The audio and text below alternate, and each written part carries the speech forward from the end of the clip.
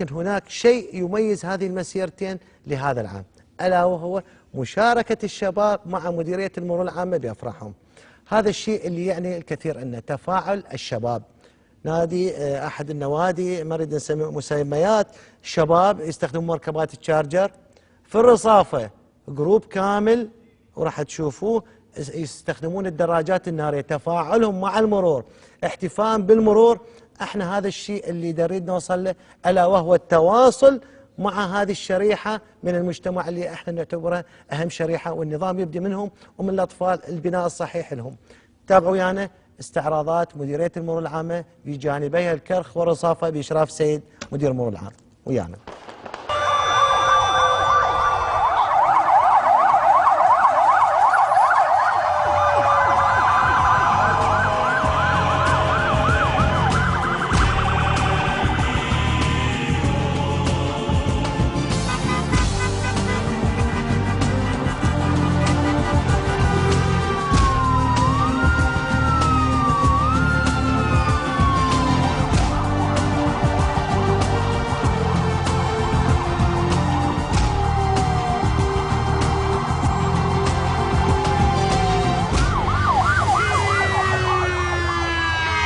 أعزائي المشاهدين، طبعا الساعة بال5:30 اليوم الكرخ أسبوع المرور، لكن نلتقي بالسيد العميد ضياء مدير مرور بغداد الكرخ. مساء الخير. مساء الخير أخوي عميد عمار. مساء الخير. المرور شنو اليوم ايش تسوون؟ والله عندنا مسيرة بمناسبة أسبوع المرور، وإذا تلاحظ مثل ما تلاحظ حتى احنا عندنا تواصل ويا الشباب من أجل يعني ديمومة العمل، ديمومة التواصل وياهم، من أجل خلق يعني حتى نظام مروري يواكب عملنا، يعني بدون مساعدة دائما. احنا دائما توجيهاتنا دائما احنا مو هدفنا العقوبة وإنما هدفنا الإرشاد. مثل ما تلاحظ شلون يعني هم بادروا وقالوا احنا عندنا، أنا أثناء جولاتي الميدانية وتواجدي في منطقة المنصور والقواطع ترجوني انه عرفوا انه اكو مسيره بمناسبه اسبوع المرور، فحبوا انه يشاركون ويانا، فقلنا لهم ما عندنا مانع. وهذا الشيء احنا نعم. عليه. الله يبارك فيكم. شكرا جزيلا. شكرا جزيلا. شكرا جزيلا. شكرا.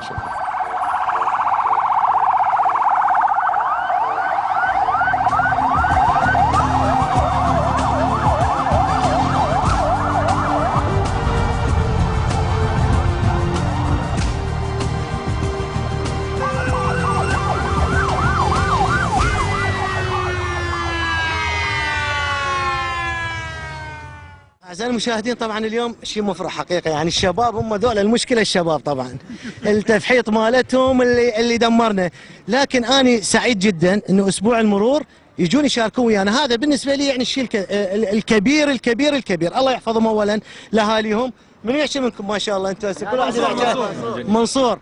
شنو مشاركتكم اليوم؟ والله حبينا يعني ليه جيتوا ويانا؟ والله صراحه حتى لا نحاسبكم. لا والله حبينا نشارككم، يعني اسبوع المرور يعني انتم اصدقائنا واخوتنا وابائنا، فحبينا نشارككم بهالمناسبه. يعني احنا مو بس حتى نبين اكو جانب ايجابي، احنا مو بس مثل ما الناس تنقل عن تفحيط او غير شيء، لا احنا يعني رياضتنا بصوره سلميه يعني بافراحكم احنا وياكم نحاول قدر الامكان مو بس تفحيط وعلينا احنا. لا انت على الراس. الله يسلمك.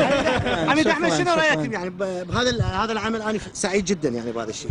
والله احنا جدا سعداء بهذا الكرنفال باخواننا اللي ان شاء الله نوفر لهم شارع مثالي خالي من كافه انواع المخالفات والحد من الحوادث والتامين انسيابيه جيده. عميد احمد خل اقاطعك، انت لديك باع طويل في اللجنه الاولمبيه، والموضوع متعلق الشباب هسه باللجنه الاولمبيه واقامه اتحاد خاص بهم حتى يكون راعي لهذه الرياضه، فالدور عليك هسه امام الكاميرا انت والكل دا يشاهدوك، كل الشباب المسؤوليه عليك هسه. والله ان شاء الله نحن ناخذ الطلب منهم ونقدمه للاستاذ الكابتن بعد حمودي رئيس اللجنه الاولمبيه، وان شاء الله نسوي لهم اتحاد. الله يحفظك ان شاء الله ويحفظ الشباب جميعا والله يبارك فيكم جميعا. شكرا جزيلا.